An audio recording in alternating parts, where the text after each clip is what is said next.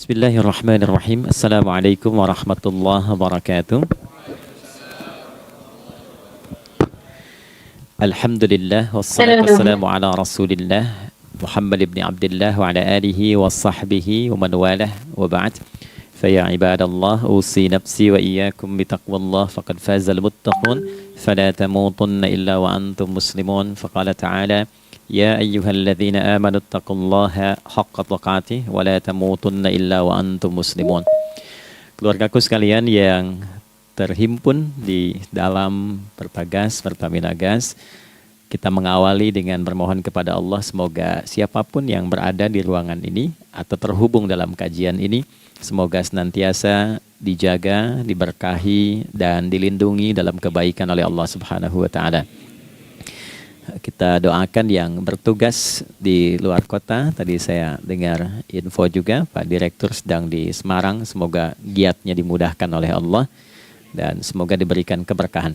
Ada satu bagian yang penting amanat Nabi di hadis Muslim pada satu sifat kepemimpinan. Bahwa di antara sifat pemimpin dan yang dipimpin itu harus selalu membangun kekompakan dengan nilai cinta dan doa. Ini yang sering dilupakan. Nabi pernah menyampaikan dan penyampaian ini, hadis ini didokumentasikan oleh Imam Muslim dalam satu kalimat yang singkat, padat tapi mengikat. Khiyaru a'immatikum man tuhibbunahu wa yuhibbunakum. Pemimpin yang baik itu adalah pemimpin yang kalian mencintainya dan ia pun mencintai kalian. Nah, membangun cinta itu salah satu jembatannya dengan doa. Oleh karena itu, di antara doa yang dianjurkan saat Anda memulai pekerjaan, itu bukan hanya untuk pribadi, lancarkan pekerjaan saya, tapi juga sehatkan pimpinan saya, pimpinan mendoakan sehatkan anggota saya, sehingga semua itu melahirkan sifat harmoni yang memberikan kenyamanan dan kebahagiaan dalam bertugas. Nah, izinkan saya mengawali dengan itu dulu, karena itu di antara sunnah yang seringkali terlupakan.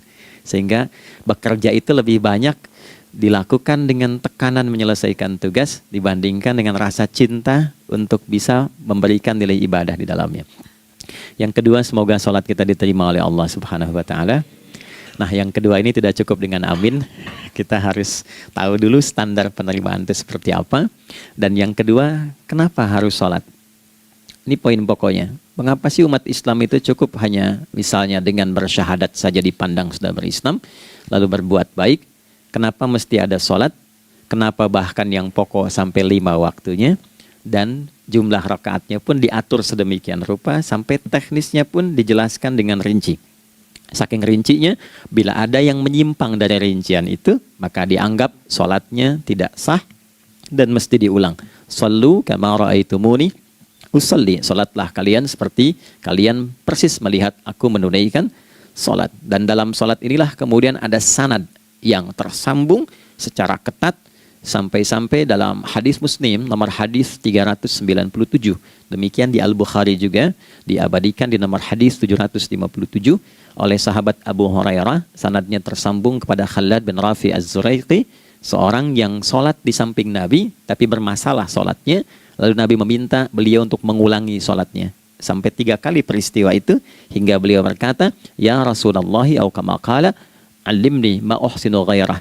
Ya Rasulullah, tolong ajarkan kepadaku karena aku tak punya pengetahuan lebih dibandingkan dari apa yang telah aku kerjakan.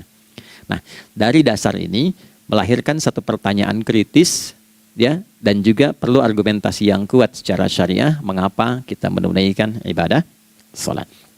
Baik teman-teman sekalian, karena waktu kita sangat padat ya, kita manfaatkan sebaik-baiknya. Saya mohon izin kajian kita akan lebih fokus kepada inti materi sehingga manfaatnya lebih banyak kita dapatkan. Salat satu-satunya amalan di dalam Islam yang mencakup 4 bagian pokok dalam beragama. Jadi ketika seseorang menetapkan dirinya beragama dan ciri satu nilai agama itu bernilai benar, ya, dalam nanti kalau kita mau komparasikan atau kita riset, itu ciri pokoknya ada 4. Satu, ada aspek namanya aspek keyakinan, ya, tauhid atau akidah.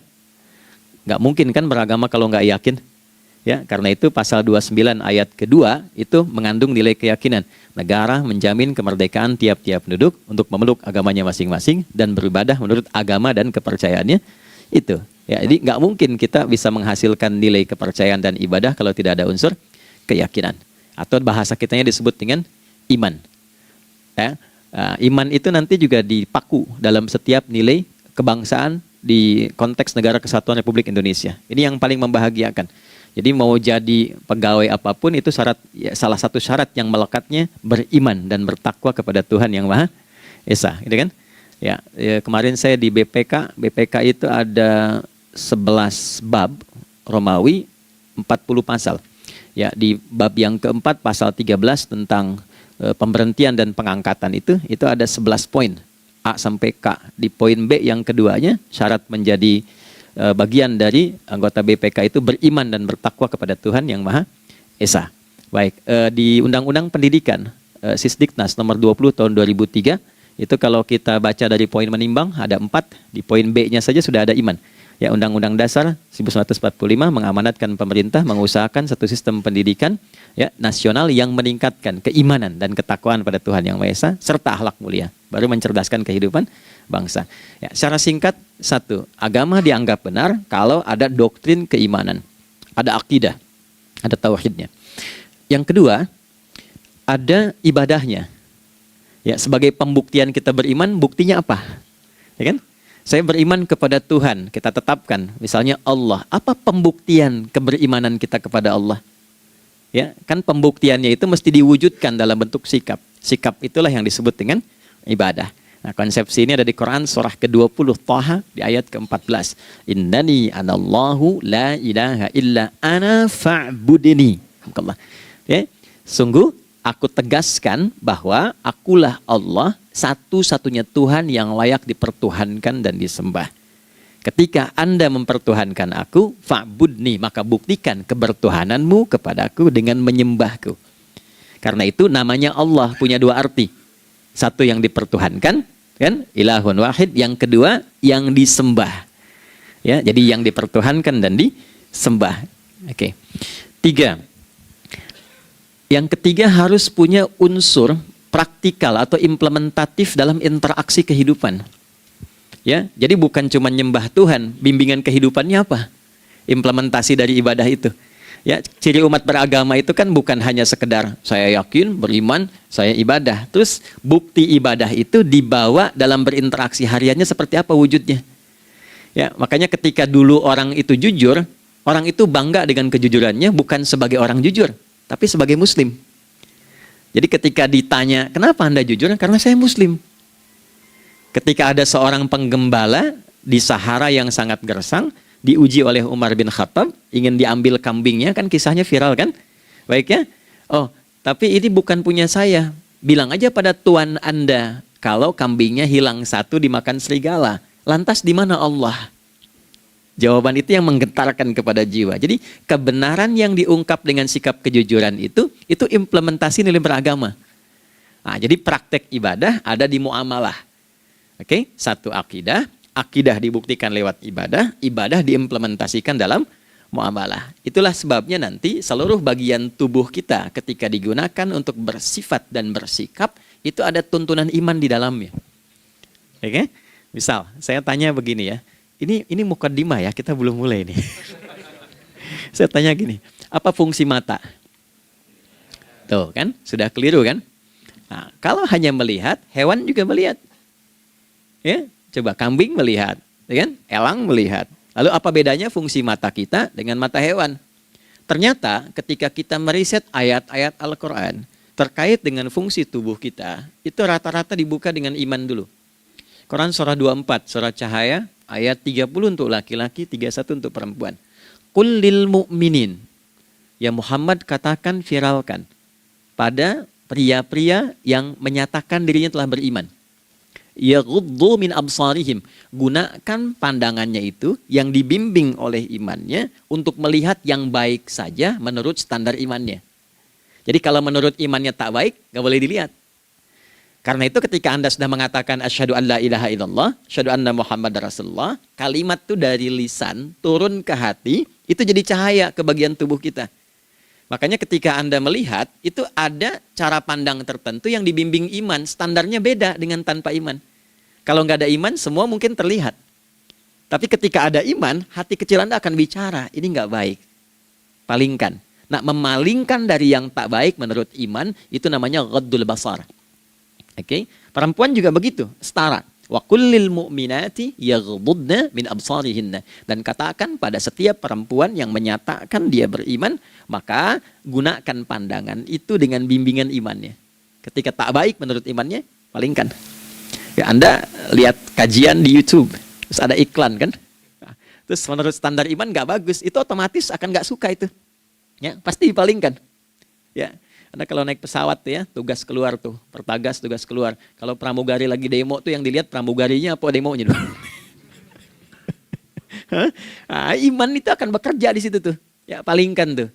Nah, sama dari mata turun ke, jangan langsung ke hati aja, ke lisan dulu kan. Ya, ke mulut kan. Itu mulut tuh ketika digunakan fungsinya, imannya disebut dulu. Ya, Quran surah 49 ayat 11 misalnya, ya. Ya ayyuhalladzina amanu, imannya dulu. La yaskhar qaumin qaum. Ayat 12-nya la yaghtab ba'dukum ba'dha. Hai orang-orang yang telah menyatakan beriman. Kalau pakai alladzina disebutkan 1080 kali dalam Al-Qur'an, itu kalimatnya diksinya singkat, padat, mencakup semua tanpa sekat. Oke, jadi kalau laki-laki, perempuan, tua, muda, besar, kecil, beda strata, duniawi, itu semua tercakup di dalamnya. Hei semua yang telah menyatakan beriman, gunakan imanmu untuk membimbing lisanmu bertutur. Kalau masih merasa punya iman, jangan gunakan lisan untuk mencela, merendahkan orang. Untuk bergibah, membuat hoax. Didetilkan oleh Nabi, kalimatnya jelas. Man kana yu'minu billahi wal yaumil akhir, falyakul khaira aw liyasmut.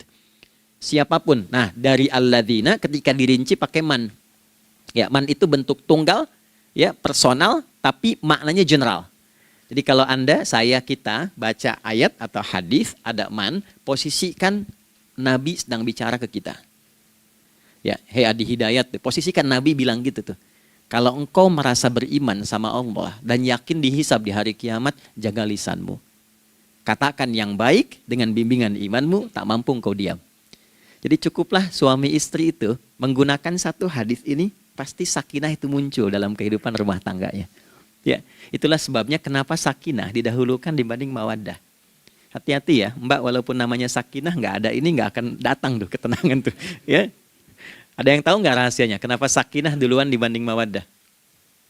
Ya, 5 juta. Ya, waktu habis karena padat sekali. Maddah jamaknya mawaddah, rasa kasih yang tumbuh dari pemberian materi. Jadi kalau rumah tangga itu ingin cenderung pada kebahagiaan, boleh berbagi dengan materi. Ya, istri cemberut, ya Anda datang dengan senyuman, sayang, kenapa? Ya, ini emas 2 kilo, ya. Nah itu pasti sehat lagi tuh. Ya, itu mawaddah. Tapi maaf, walaupun Anda mapan bekerja, harta cukup melimpah, ruah, tapi tidak ada ketenangan di rumah tangga, tidak ada sakinah, maka hampa kehidupan rumah tangga itu. Itulah sebabnya kenapa di Quran sakinah lebih dulu dibandingkan dengan mawaddah. Saya tanya ibu deh, ibu pilih mana? Kaya tapi gelisah atau miskin tapi tenang? Oke. Saya paham itu. Saya paham. Suami juga sepakat semuanya. Ya, artinya apa? Kita nggak bisa menghilangkan unsur ketenangan. Oke, itu hanya pembuktian argumentatif ya, supaya kajiannya lebih kepada argumen. Jadi ada akidah terkorelasi dengan ibadah, implementasinya di aspek muamalah. Nah, nanti cara bermuamalahnya diatur lewat akhlak namanya. Bagaimana bermuamalah yang baik? Kan Anda, maaf ya, berekspresi kepada pimpinan dengan kawan kan berbeda. Oke, kepada orang tua dengan anak kan lain. Nah, yang mengatur interaksi kita sehingga terjalin harmoni yang baik, itulah yang disebut dengan akhlak. Nah, 4 poin inilah yang menjadi inti dakwah Nabi SAW ketika diutus oleh Allah Subhanahu wa Ta'ala. Memastikan 4 ini bisa optimal kita lakukan dalam kehidupan. Bonusnya yang kelima, selalu meningkatkan inovasi sehingga selalu mendapatkan hal baru dalam kehidupan. 5 ini digabungkan di Quran surah kedua Al-Baqarah di ayat 151. Kama arsalna fikum rasulam minkum yatslu alaikum ayatina. 1. Oke, wa yuzakkikum. 2. Akhlak. Wa yuallimukumul kitaba. 3. Wal hikmah. 4. 5. Wa yuallimukum ma lam takunu ta'lamun. Kelima-limanya ini digambarkanlah dalam bentuk ibadah yang melatih kita sebagai pondasi awal menuju dan memantapkan 5 hal ini, yaitu sholat. Itulah sebabnya kenapa sholat yang pokok dilakukan 5 waktu dalam sehari untuk mewujudkan 5 hal ini dalam kehidupan, dan satu-satunya ibadah yang mengumpulkan 5 aspek ini dalam prakteknya hanya sholat. Hanya sholat. Oke, mari kita detilkan, kita rinci, dan di sini kita akan mulai kajian kita. Yang tadi mukadimah ya. Baik, kita punya 30 menit. Wah, padat sekali. Bismillahirrahmanirrahim. 1. Salat adalah perwujudan iman seorang hamba. Karena itulah kalimat salat pertama kali disebutkan dalam Al-Quran, itu letaknya setelah kalimat iman. Al-Baqarah ayat 3. Alladzina yu'minuna bil ghaibi wa yuqimunas shalah. Orang-orang yang telah menyatakan beriman dan konsisten menjaga imannya. Beda alladzina amanu dengan yu'minun. Amanu telah beriman. Tapi kalau dia komitmen dan konsisten terus menjaga imannya sampai saat dia berpulang pada Tuhannya, maka berubah nanti bentuknya kalau di bahasa Arab jadi mudhari'. Kalau di bahasa Inggris kan tuh punya 3 arti. Present, continuous, and future. Jadi kalaupun sekarang terus berlangsung sampai masa depan pun saya tetap akan beriman. Nah, pembuktian untuk menjaga iman itu pembuktian utamanya pada sholat. Itulah sebabnya satu-satunya amal ibadah dari rukun Islam yang 5 itu, ya, satu-satunya amal ibadah yang disebut iman dalam Al-Quran hanya sholat. Teman-teman boleh buka Quran surah kedua Al-Baqarah di ayat 143. Ya, di pertengahan ke ujung ayatnya. Saya percepat. Wa ma kana Allahu liyudhi'a imanakum. Dan Allah nggak akan pernah menyia-nyiakan salat seseorang yang dikerjakan karena imannya. Ayat ini turun, ketika ada terjadi pergantian arah kiblat. Dari yang tadinya semula ke Masjidil Aqsa, lalu berputar 180 derajat, beralih ke Masjidil Haram. Nabi sedang berada di luar Madinah. Madinah tempo dulu, wilayahnya nggak seluas cakupan sekarang. Oke, kalau diilustrasikan, area sekitaran Masjid Nabawi sekarang itulah Madinah lah. Di luar itu sudah di luarnya. Nah, Nabi sedang sholat, riwayatnya banyak menyebutkan, ada yang mengatakan zuhur, ada asar, ada maghrib. Di pertengahan itu turunlah Al-Baqarah ayat 144. Qad nara taqalluba wajhika fis sama' falanuwalliyannaka qiblatan tardaha fawalli wajhaka syatral masjidil haram. Maka berputarlah dengan turunnya ayat ini 180 derajat menghadap ke arah Masjid Al-Haram. Problemnya adalah ketika Nabi dan pengiring beliau kembali ke Madinah, area Masjid Nabawi, kan nggak semua masyarakat ikut. Maka virallah informasi itu bahwa kiblat telah beralih ke kiblat awal, yaitu Ka'bah Al-Musyarrafah. Maka penduduk panik pada saat itu. Status sholat kami yang tadi dikerjakan bagaimana? Karena sedang nggak bisa diulang, sudah pindah waktu. Maka turunlah kemudian firman Allah yang Al-Baqarah 143 itu, wa ma kana Allahu liyudhi'a imanakum. Karena engkau mengerjakan sholat itu dengan imanmu, maka Allah nggak menyia-nyiakan imanmu itu. Maksudnya apa? Walaupun arah kiblatnya tidak tahu mengarah kepada sisi yang belum berubah, tetap dihitung pahalanya sempurna karena imannya. Nah, ini nanti yang menjadi landasan turunnya Al-Baqarah ayat 115. Walillahil masyriq wal maghrib fa aina ma tuwallu fa thamma wajhullah. Kalau Anda sedang tugas nanti di lapangan, lalu sulit menemukan arah kiblat. Aplikasi susah karena sinyal nggak masuk misalnya. Oke, kemudian juga matahari agak remang-remang sehingga sulit untuk terlihat patokannya. Maka dengan keyakinan, dengan iman itu, menghadaplah ke arah yang kita yakini, maka berlakulah Al-Baqarah 115. Di saat itu diterima amal ibadah kita sama dengan yang menghadap kiblat dengan dasar imannya. Oke, nah pengertian terbaliknya, mafhum mukhalafahnya, maka Nabi mengatakan, al-farqu bainal mu'min wal kafir tarkus shalah. Beda antara orang yang beriman dengan yang belum beriman adalah pada sholatnya. Jadi kalau ada orang mengatakan sudah beriman dan tidak menunaikan sholat, ini artinya keimanannya belum diakui sepenuhnya oleh Allah Subhanahu wa taala. Jelas ya? Halo, kenapa sedih begini? Maaf, saya terlalu cepat nggak? Enggak ya? Baik.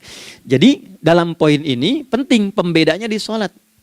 Itulah sebabnya kenapa dari kecil kan, usia sekian, dari mulai 3 ke arah 7 tahun contohkan.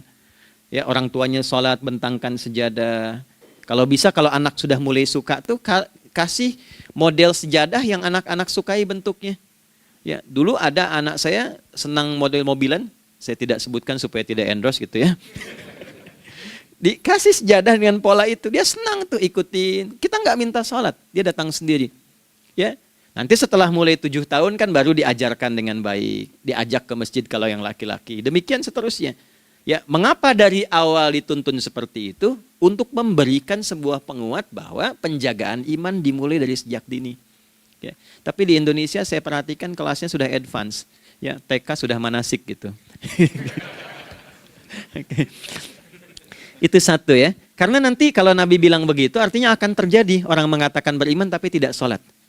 Ya, makanya keras dari awal Nabi katakan bahwa pembeda antara orang yang beriman dengan yang baru klaim beriman itu pada sholatnya. Ya, pada sholatnya. Mengerjakan sholat maka sah status imannya, tidak menunaikan sholat maka bermasalah imannya. Itu poin yang pertama. Yang kedua teman-teman sekalian, ibadah. Kita lanjut ya.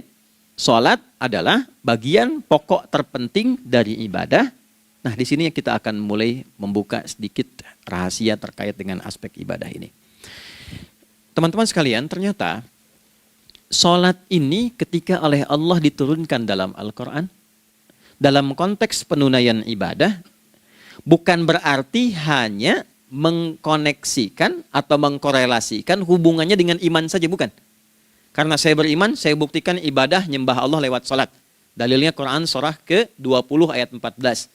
Innani anallah la ilaha illa ana. Aku tegaskan akulah Allah, nggak ada Tuhan yang layak dipertuhankan dan disembah kecuali saya. Fa'budni, kalau Anda telah menyatakan beriman padaku, buktikan keberimananmu dengan menyembah saya dalam ibadah. Bentuknya bagaimana ya Allah? Teruskan ayatnya. Wa aqimis sholata. Tunaikan sholat sebagai bukti ibadah. Itu li dzikri, sebagai zikir kepadaku. Jadi korelasi antara ibadah dengan iman, sudah kita sebutkan dalilnya. Sekarang ibadahnya tersendiri ketika ditunaikan, apa manfaat dari ibadah itu? Mengapa mesti ada 5 waktu? Dan apa turunan manfaatnya dalam kehidupan kita? Kalau kita mengerjakan itu, dampaknya kepada kehidupan kita apa? Nah, inilah indahnya di dalam Islam, dijelaskan dalilnya, diberikan contohnya, diberikan alasannya, dan yang paling indah, diberikan penjelasan dengan detail tentang manfaat-manfaatnya. Ini tidak ditemukan di dalam konsep keyakinan manapun. Kalau teman-teman boleh mau riset silahkan. Ada nggak satu keyakinan agama tertentu yang dari ibadahnya itu diatur? Cara memulainya, bacaannya, detailnya, manfaatnya, waktunya, sampai dengan hasilnya, sampai kiamatnya. Ini menunjukkan bukan karya manusia. Bukan karya manusia. Kalau karya manusia setiap orang bisa buat itu. Ya, ketika ini menunjukkan bukan karya manusia, maka pertanyaannya dengan cara apa lagi Allah memberikan pembuktian pada kita bahwa Ia Tuhan yang hak yang harus kita sembah. Nah, kalau sudah paham, mari kita rincikan turunan tentang sholat ini. Kita mulai satu-satu teman-teman sekalian dari waktu sholat. Seperti kita ketahui waktu sholat ada 5. Tapi yang sering kita dapati dari yang 5 ini tidak semua orang mengetahui tentang makna dari nama dan pembagian di waktu ini. Yuk kita mulai rincikan. Sholat yang pertama namanya apa? Gak usah khawatir, menang gak dapat hadiah kalau benar. Salah juga keterlaluan. Oke, 1 subuh. Dia satu-satunya nama sholat yang punya 2 nama ya. Subuh dan fajar. Oke, Pak Fajar, Pak waktu sholat. 2 zuhur. 3 asar. 4 maghrib. 5 isya. Oke, rumus hitungannya 24, 4, 3, 4 ya. Rumus bilangannya 24, 4, 3, 4. Kalau mau tanya nomor koneksi dengan Allah 24, 4, 3, 4, 2 subuh, 4 zuhur, 4 asar, 3 maghrib, 4 isya. Oke, pertanyaannya apa artinya nama itu? Selama ini jangan-jangan kita hanya tahu namanya tapi tidak memahami maknanya. Itu poinnya. Oke, sekarang mari kita mulai. Izin saya tidak punya kemampuan untuk menuliskan, ya, karena memang saat ini terbatas. Tapi kalau diperkenankan bisa kita coba uraikan sedikit. Baik. Ya, bismillah. Jazakallah khair. Mohon fokus baik-baik karena waktunya tinggal 21 menit lagi. Izin saya pastikan dulu ya supaya terlihat dengan baik. Ibu kelihatan di sana? Bagus. Saya kira tuh hanya di Sumbawa Barat. Ternyata di Pertagas pun perempuan-perempuannya imannya luar biasa. Maksudnya belum saya tulis sudah kelihatan. Imannya luar biasa.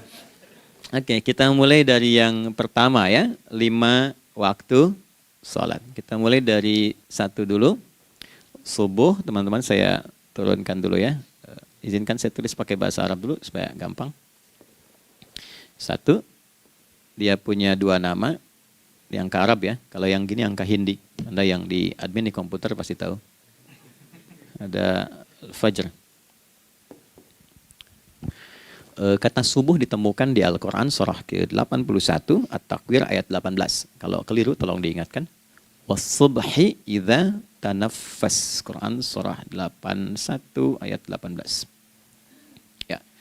Enggak usah di ilmu utak-atik ya. Oh ini kenapa 81 kalau dibalik 18? Itu cocok logi. Ya, abaikan aja itu. Ya. Fajar agak banyak di Quran terkait dengan nama salatnya ada di Quran surah ke-17 di ayat 78.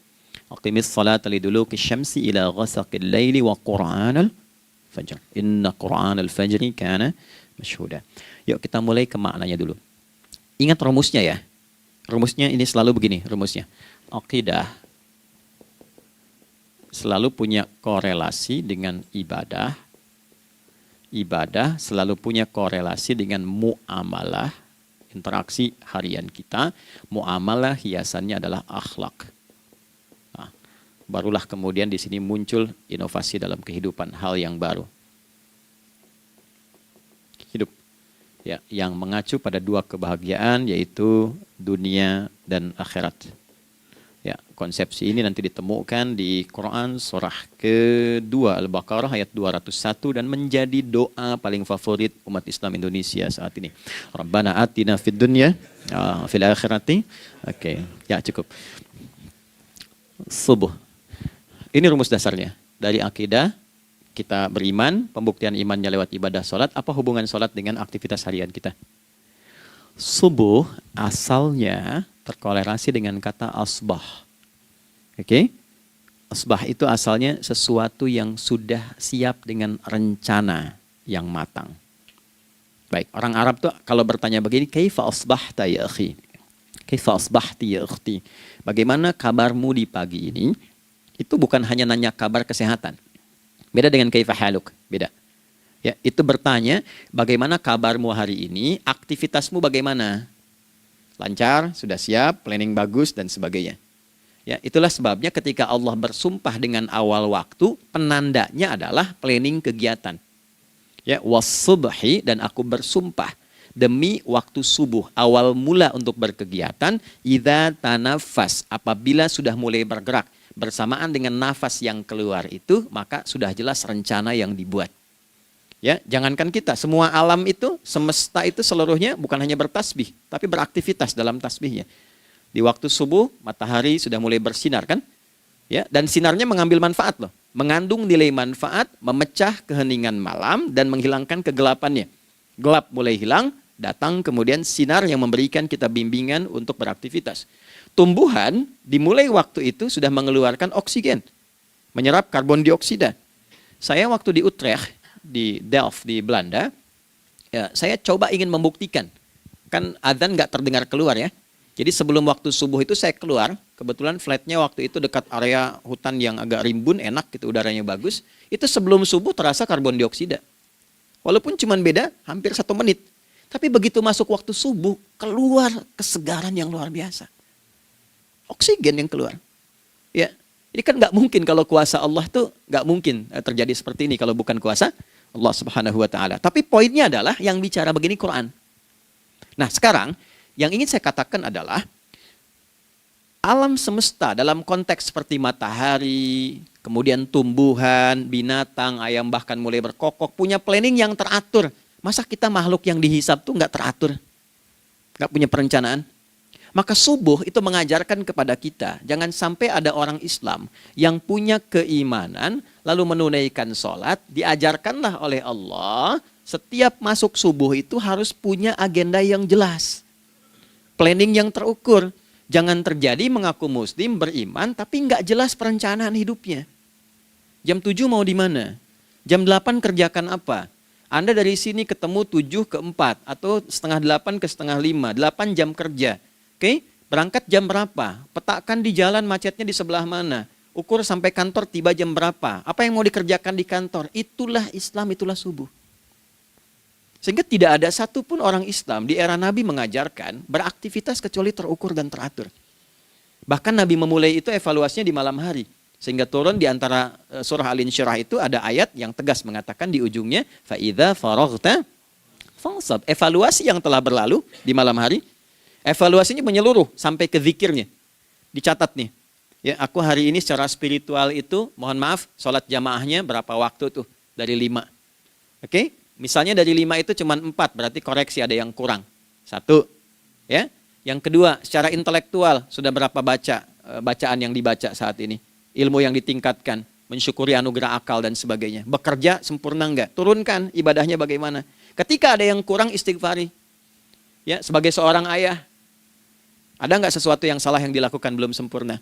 Sebagai seorang ibu, anak dan sebagainya, istighfar. Itulah sebabnya sebelum tidur Nabi ajarkan istighfar. Yang kita tahu 70 kali kan, 100 kali. Yang saya tanya, 1 ke 70 itu istighfar apa saja?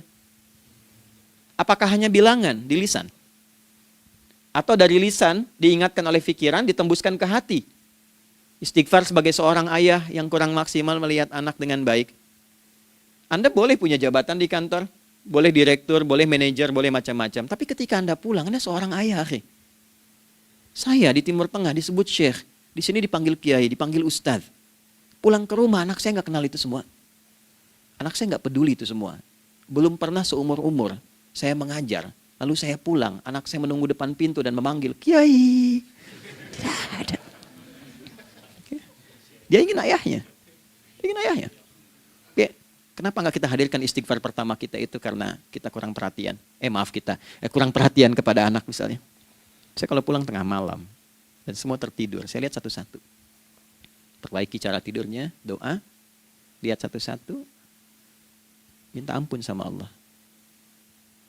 Dan ya kadang sebelum mengalirkan air mata kita nggak bisa tidur karena nggak tahu nanti ketemu lagi nggak di akhirat. Ya, itu poin yang paling penting. Nah, jadi istighfar pertama itu untuk diri kita ketaatan pada Allah, untuk diri kita sebagai anak pada orang tua, sebagai suami punya tanggung jawab istri atau sebaliknya, demikian seterusnya. Nah itu kalau sudah kita bisa lakukan, dievaluasi, direncanakan besoknya. Fa'idha faraghta fansab, direncanakan lagi yang berikutnya, besok mau ngapain, tulis malam. Kalau kita biasakan begitu tidurnya enak. Karena nggak ada beban, damai hidupnya. Dengan teman damai kalau ada perselisihan sebelum tidur. Ya, jadi nggak ada orang mengigau itu masalah-masalah kehidupan dunia yang belum tuntas. Ini dunia saat terjaga bermasalah, saat tidur pun masih bermasalah. Gara-gara kamu nih, kapan istirahatnya? Ya. Nah, ketika kita bangun dari subuh itu, maka rencana yang sudah kita siapkan itu teman-teman sekalian, dibawa menghadap Allah supaya minta kemudahan, minta kelancaran, minta pendampingan, minta bimbingan. Itulah sebabnya kita dipanggil sholat di awal waktu. Supaya rencana yang sudah kita siapkan itu minta taufiknya, persetujuan dan perlindungan dari Allah. Inilah yang menjadikan rahasia umumnya para sahabat memulai berkegiatan sejak dari masjid. Teman-teman boleh riset deh hadis-hadis tentang sholatnya sahabat dan kaitannya dengan syuruk dan pekerjaan. Rata-rata memulai dari masjid. Mereka tungguin, evaluasi, begitu siap, syuruk, minta sama Allah, berangkat. Saya mau kasih satu rahasia ya. Boleh jadi ijazah tapi ini diantara kita aja ya. Anda boleh lakukan, berangkat ke masjid itu dengan baik. Terus minta misalnya, ya Allah, Kau perintahkan aku untuk berikhtiar, sekarang aku lakukan. Kau perintahkan aku untuk merencanakan, sekarang aku ikhtiarkan. Mohon lindungi, mudahkan, dan berikan bimbingan terbaik untuk mendapatkan hal yang wajar, halal, baik, dan kau ridhai. Anda berangkat. Pulang, sebelum nyampe rumah, mampir dulu ke masjid. Masjid terdekat dari rumah aja. Sholat 2 rakaat, situ. Ya, sholatnya bisa sholat wudhu, tahiyatul masjid, dan sebagainya. Setelah itu pulang. Doa dulu habis sholat. Ya Allah, aku telah berikhtiar seperti apa yang telah Engkau perintahkan. Sekarang aku memohon rizki darimu seperti apa yang telah Engkau janjikan. Kalau dengan semua ikhtiar ini belum cukup menurunkan rizki darimu, maka mohon tunjukkan padaku saat ini dengan cara apa lagi aku mesti berikhtiar. Oke? Silahkan Anda pulang dengan suasana itu ke rumah. Dan lihat apa yang terjadi. Rasakan bedanya, bedakan rasanya, dan pasti terasa bedanya. Gak ada kesan yang lain pada jiwa. Jadi yang dibawa ke rumah itu bukan aura kantor. Bukan aura jalan yang macet. Tapi ada ketenangan, kenyamanan, dan kenikmatan. Kalau teman-teman mau pakai sunnah sahabat ini dalam dunia pekerjaan, dan Anda lakukan coba sehari ini saja, rasanya pasti beda. Ya, ini bagian pertama. Nah, ketika kita ingin datang menghadap Allah, dan mulai membawa rencana kita, kan perlu isyaratnya kan, kapan dimulai? Gak bisa tiba-tiba saya bangun jam 3 langsung sholat subuh, kan tidak begitu. Ya kan? Mesti ada satu sinyal dulu, yang dari sinyal itu ada feedback pada diri kita untuk merespon, gitu kan? Nah, pancaran respon atas sesuatu yang memancar akibat satu hal yang terjadi, kalau di gaya itu kan kalau ada gaya gerak, gaya dorong kan? Ya, kalau nggak salah F1 sama dengan F2 kan? Nah, gaya gerak sama dengan gaya dorong. Geraknya dikit, bunyinya kecil kan? Kencang bunyinya, kencang. Terus ada F berbanding lurus dengan P, hukum Pascalnya. Gaya berbanding lurus dengan tekanan, kan? Semakin banyak gaya, semakin tertekan. Nah, respon yang muncul ketika ada satu misalnya gaya, tapi responnya sifatnya materi sifatnya. Ya, misal kalau Anda mau mengebor air, kan? Kemudian keluar terpancar tuh dari bawah itu keluar misalnya air. Nah, itu namanya infajar. Infajar. Dalilnya Quran surah kedua ayat 60. Wa idzistasqa Musa liqaumihi faqulna idrib bi'asakal hajar fanfajarat minhu 12 aina. Nabi Musa kata Allah itu kaummu 12 suku minta mata air. Dan enggak tanggung, setiap sukunya minta satu, katanya supaya enggak rebutan. Maka Allah firmankan, pukulkan tongkatmu yang kayu. Lihat diksinya detil sekali. Pukulkan tongkatmu yang kayu ke batu itu, maka batu itu akan terbelah dan mengeluarkan pancaran 12 mata air. Ya, tongkat kayu dipukulkan ke batu, batunya yang hancur. Karena Musa seorang nabi, gitu kan? Anda punya tongkat emas, pukulkan ke batu, maka keluar 12 air mata. Gitu ya. Nah ini, infajar. Kalau respon yang keluar itu respon buruk. Misal dalam nafsu, kan suka ada trigger ya yang memancing respon, terus nafsu keluar kan? Ya, apa saja itu? Lihat gambar yang nggak bagus, nafsu keluar, gitu kan? Lihat sendal bagus, nafsu keluar, macam-macam ya. Nah itu fujur namanya, fujur. Hurufnya masih sama, cuma bentuknya berbeda. Fa, jimnya masih ada waw, ada ra-nya, fujur. Quran surah 91 di ayat 7-10. Wa nafsi wa ma sawwaha fa alhamaha fujuraha wa taqwaha. Fujur tembus ke nafas, nafas memerintahkan yang buruk disebut su. Nafas ketemu su jadi nafsu. Makanya nama lain fujur itu nafsu. Dalilnya Quran surah 12 ayat 53. Wa ma ubarni'u nafsi innan nafsa la'ammaratun bisu. Ya, la'ammaratun bisu'i illa ma rahima rabbi. Oke, nafas ketemu su. Teruskan. Tapi kalau pancarannya pada sifat yang baik. Oke? Membelah sesuatu yang gelap menjadi baik, terbuka, memancarkan respon panggilan yang baik, maka berubah katanya menjadi fajar. Oke? Matahari diperintahkan oleh Allah, diperintahkan membelah kegelapan malam. Keluarlah sinar pertamanya, disebutlah fajar. Kenapa? Karena ada respon kebaikan keluar darinya.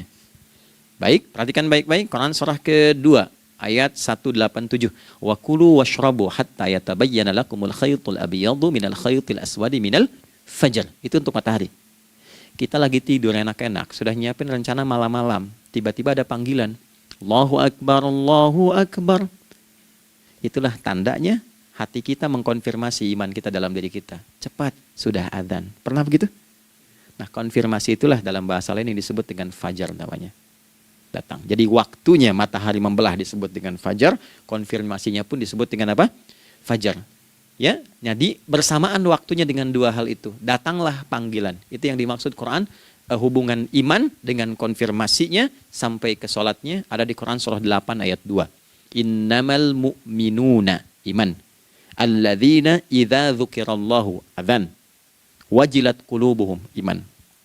Jadi begitu ciri iman itu ada dalam jiwa, dipanggil lewat adzan, kan? Allahu Akbar, langsung merespon, ya Allah sudah adzan. Walaupun setelah adzan ada lagi getaran, baru adzan belum qomat gitu kan. Nah, misal ya. Nah, tapi inilah fajar. Jadi maksudnya rencana Anda ini agak jarang dibahas ya. Mohon maaf, ilmu ini agak jarang. Jadi jangan Anda bilang saya bid'ah, bukan. Ya, bukunya ada, referensinya ada. Cuman karena jarang dikaji, jangan sampai kekurangan pengetahuan menghukumi yang tahu jadi salah gitu. Ini poinnya. Jadi saya kalau bahas satu masalah, itu bukunya saya kumpulkan. Tafsir awal sampai akhir yang ada apa, buku-buku tentang sholat apa, baru kita keluarkan. Jadi bagian topik-topik tertentu yang dibahas. Problemnya ketika membahas tentang ibadah cuma dua. Satu, tentang bacaan, doanya apa. Yang kedua, tentang gerakan, bagaimana mengerjakannya. Yang ketiga, jarang dibahas hikmahnya apa. Padahal rumus dalam ibadah itu dalam fikih tiga-tiga mesti dipakai. Ini Quran surah kedua ayat berapa? Ayat 129. Rabbana wab'ats fihim rasulan minhum yatlu 'alaihim ayatika, ini wa yu'allimuhumul kitaba, ini wal hikmah, ini. Barulah kita mendapatkan sesuatu yang baru. Ya, ini wa yuzakkikum, dan di 151 Al-Baqarah wa yu'allimukum ma lam takunu ta'lamun. Jadi ini bukan ilmu yang baru, bukan, belum tahu saja. Jadi selama ini yang kita kerjakan jangan sampai terbatas pada ritualnya saja untuk mencukupkan ini. Hubungan ritual dengan ini apa gitu. Ya, jadi subuh ini mengkonfirmasi bahwa ada satu keteraturan dalam kegiatan kita. Ya, alhamdulillah. 2, siang. Oke, setelah subuh, fajar, sholat apa? Zuhur. Oke, saya tanya pada Anda, zuhur itu artinya apa? Sudah, cukup katakan wallahu a'lam. Waktunya terbatas ya. Sahabat ditanya nggak tahu wallahu a'lam. Anda sahabat bukan, tabi'in bukan. Zuhur. Waktu tinggal 4 menit lagi. Oke, teman-teman, kalau kita jeli, ini kan sholat dikerjakan di siang hari kan? Siang itu bahasa Arabnya nahar. Naharun itu siang. Tapi kenapa sholatnya zuhur? Kok nggak sholat nahar gitu? Ya, lohor, ya, ini paksain tuh. Zuhur, lohor. Ya. Terus sore, biar nyambung cepat. Sore, bahasa Arabnya kan masa. Masa al-khir, selamat sore. Kenapa kok sholatnya asar? Kok sholatnya namanya asar? Oke. Maghrib, isya. Isya kan malam kan? Kenapa nggak lail? Lail itu kan malam. Kalau ada yang istimewa di malamnya, itu lailah namanya. Makanya ketika turun Al-Quran disebut Lailatul Qadar. Karena malamnya istimewa. Beda, lail dengan lailah itu beda. Lail itu waktu malam, lailah ada yang istimewa di malam itu. Ya, jamaknya lail, layali, lela, lili, lala, itu malam. Ibu lili, ibu malam-malam. Ya. Zuhur artinya jelas, terang. Ada idhar, dibaca dengan jelas, terang, gak boleh dengung. Man amana, itu kan? Ya, min husni, harus jelas. Ya, ada a, jelas. Zuhur kenapa disebut zuhur? Untuk evaluasi kegiatan kita dari setengah hari. Sudah jelas belum hasilnya? Ya, Anda punya rencana di sini, evaluasi di siang. Jelas gak hasilnya? Pekerjaan Anda yang sekarang diamanahkan dari pagi jam 7 sampai sekarang, evaluasi dulu. Dicek, jangan cuma ditinggalkan. Oke, saya sedang kerjain, tinggalin dulu sholat. Bukan begitu. Ketika akan sholat, Anda cek dulu. Dari ke siang itu tengah hari, bagaimana hasilnya? Ada yang perlu disempurnakan nggak? Ya, ketika ide-idenya mulai mentok, ada yang belum selesai, datang dulu sholat, tenang lagi. Saat tenang itulah dirumuskan kembali pelan-pelan. Kan lumayan dari jam 12 sampai jam 1. Diisi dengan baik, dilihat. Itu baru dunia ini. Kan kita ngejar ini juga. Karena nanti ayat 200-nya, ada yang cuma ngejar ini. Wa minan nasi may yaqulu rabbana atina fid dunya. Bukan, kalau nggak hafal diam aja. Wa minan nasi may yaqulu rabbana atina fid dunya wa ma lahu fil akhirati min khalaq.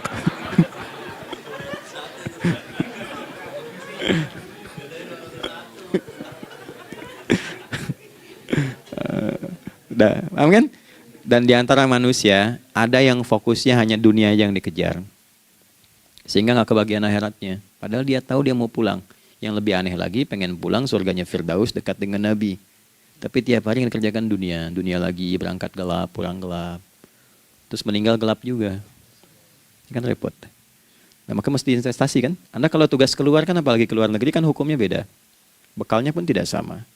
Anda tugas ke Amerika, mata uangnya sudah beda, hukumnya sudah beda. Terus pengen pindah ke alam barzah, pengen hukumnya sama dengan dunia, mustahil. Ya, makanya dimensinya beda, keadaannya tidak sama. Baju yang dipakai kan beda. Barang-barangnya nggak sama. Makanya disebut telah meninggal dunia, meninggalkan semua yang melekat pada dunia. Pindah ke alam lain, persiapan menuju titik akhir yang tidak ada ujungnya lagi. Nggak ada pembuka lagi. Jadi sudah ujung begini, nggak ada ruang lagi yang lain. Itu akhirat namanya. Makanya di sini cuma dua pilihannya. Kalau nggak ke surga, nah itu ya. Apa investasi yang ada di sini? Maka siang itu dicek dulu, pekerjaan jadi ibadah nggak? Tadi niatin ibadah nggak waktu berangkat dari rumah? Kan? Waktu ngetik, waktu ngerjain di kantor, jadi ibadah nggak? Kalau ibadah, Anda nggak mungkin berbuat kriminal. Anda nggak mungkin berbuat maksiat, nggak mungkin nipu, nggak mungkin nyogok, nggak mungkin korupsi. Kan lagi ibadah, nggak mungkin curang. Kan lagi ibadah. Anta budallaha ka'annaka tarah. Anda itu mengerjakan segala hal sebagai ibadah, merasa diawasi Allah. Fa in lam takun tarah fa innahu yarak. Kalaupun Anda merasa nggak melihatnya, Anda yakin Anda dilihat. Itulah kerja pakai iman, maka ini di bawah akidahnya. Jangan ditinggalkan. Nah, inilah yang selama ini kita butuhkan. Ya. Inilah yang melahirkan nilai etik, makanya ada yang dalam jiwa. Takwa itu kan dalam jiwa, melahirkan etos. Etos mendorong kepada logos, logos melahirkan patos. Kepantasan dalam bekerja. Jadi Anda sekuat apapun ilmunya, kalau nggak punya etos, itu rusak. Jadi tidak cukup akal sehat. Jiwa yang sehat itu lebih penting. Banyak orang akalnya, saya ingat, akal itu tidak memberikan perintah. Dia hanya merumuskan satu instruksi dalam jiwa supaya mudah dilakukan dan dieksekusi oleh fisik. Jadi akal yang sehat itu seberapa pandai ilmunya, seberapa cepat mengeksekusi perbuatan. Tapi kalau yang dieksekusi itu dari perintah nafsunya, masalah. Habis saja waktunya tuh. Ya. Ini gimana ini? Tolong jawab loh.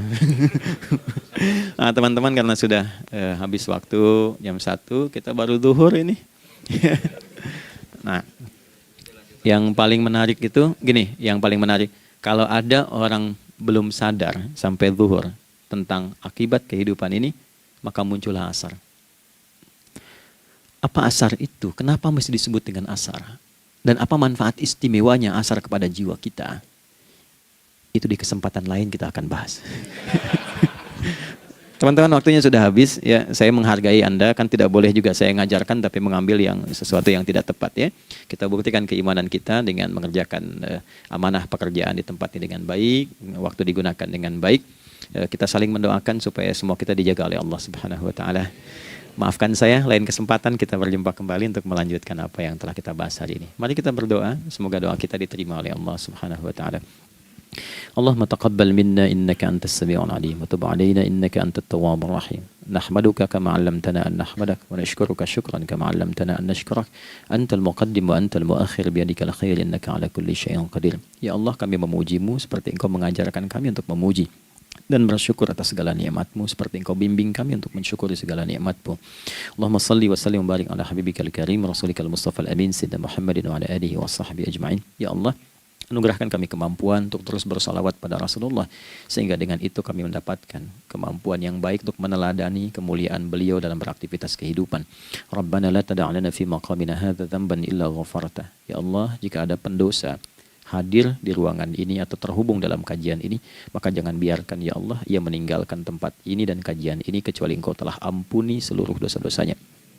Wala hamman illa farajtah. Ya Allah, jika ada satu di antara kami yang menghadiri kajian ini membawa kegelisahan, maka mohon tenangkan keadaan hatinya. Wala 'asiran illa yassartah. Jika ada yang sedang diliputi oleh kesulitan, maka mudahkan, ringankan dan hilangkan seluruh kesulitannya. Wala maridan illa syafaitah. Dan bila ada di antara kami yang diuji dengan penyakit, maka mohon angkat dan sembuhkan penyakitnya. Rabbana atina fid dunya hasanah wa fil akhirati hasanah wa qina adzabannar. Wa sallallahu ala sayyidina Muhammad wa ala alihi wa sahbihi ajma'in. Wa akhiru da'wana subhanakallahumma rabbana wa bihamdika nashhadu an la ilaha illa anta nastaghfiruka wa natubu ilaik. Walhamdulillahi rabbil alamin. Nasrun minallah fathun qarib wa basyiril mu'minin. Terima kasih untuk semuanya. Mohon maaf kami langsung pamit. Assalamualaikum warahmatullahi wabarakatuh.